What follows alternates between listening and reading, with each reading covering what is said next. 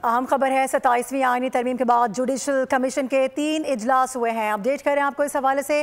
Justice Kamran मुलखेल हैं बलूचिस्तान से। इसके अलावा justice Zafar Rajput Sindh high court के चीफ जस्टिस तैनात कर दिए गए हैं। सुप्रीम जुडिशल काउंसिल के रूल्स में लिए कमेटी तश्कील दे दी गई है जिसका पहला इजलास आज हुआ है। अपडेट करें आपको इस हवाले से। 27वीं आईनी तरमीम के बाद हम देख रहे हैं कि काफ़ी ज़्यादा चेंजेस देखने में आ रही हैं, कमेटियाँ बनाई जा रही हैं। इसी हवाले से मजीद बात होगी। जुल्करनैन इकबाल में ज्वाइन कर रहे हैं। जुल्करनैन, काफ़ी हलचल रही है आज सुप्रीम कोर्ट में, बताएगा किस किस की तैनातियां हुई हैं?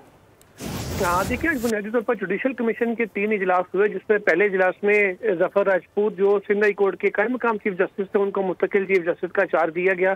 दूसरे इजलास में जस्टिस कामरान मुल्लाखेल जो सीनियर जज थे बलूचिस्तान हाई कोर्ट के, उनको मुस्तकिल चीफ जस्टिस तैनात किया गया बलूचिस्तान हाई कोर्ट का।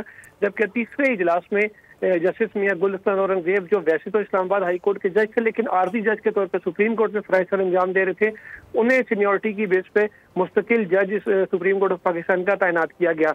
इसके अलावा सुप्रीम जुडिशल काउंसिल में जो आला अदलिया के जो जजेस का एहतसाब का फोरम है, उसमें रूल्स की तरमीम के हवाले से कोई एक कमेटी तश्कील दी कि जिसका आज इजलास भी हुआ। जस्टिस जमाल बंदोखेल इस कमेटी के सरबराह हैं। इसके अलावा जस्टिस आलिया नीलम और जस्टिस भी जो आईनी अदालत की नुमाइंदगी कर रहे थे, वो भी इस कमेटी इजलास में शरीक थे। ठीक है जुल्करनैन, बहुत शुक्रिया।